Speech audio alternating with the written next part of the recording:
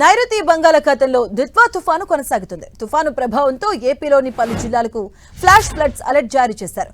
దక్షిణ కోస్తాలో నెల్లూరు, రాయలసీమలోని చిత్తూరు, కడప జిల్లాలకు ఆకస్మిక వరదల హెచ్చరికలు జారీ అయ్యాయి.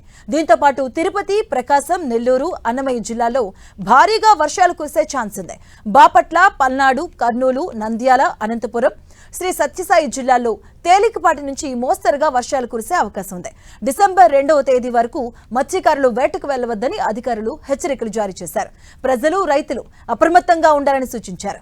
కోస్తాంధ్ర తీరం వెంబడి గంటకు 50 కిలోమీటర్ల వేగంతో గాలులు వీచే అవకాశం ఉంది.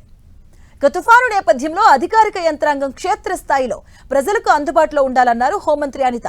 ప్రతి క్షణం అప్రమత్తంగా ఉండాలని ఆదేశాలిచ్చారు.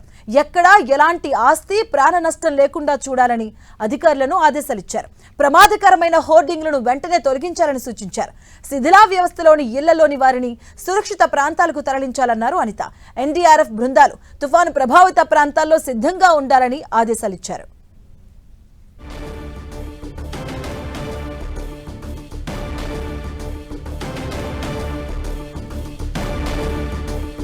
దిత్వా తుఫాను ఏపీని టెన్షన్ పెడుతూ ఉంది. నైరుతి బంగాళాఖాతంలో దిత్వా తుఫాను కొనసాగుతుంది. దీంతో తుఫాను ప్రభావంతో ఏపీలోని పలు జిల్లాలకు ఫ్లాష్ ఫ్లడ్స్ అలర్ట్ జారీ చేశారు అధికారులు. అలాగే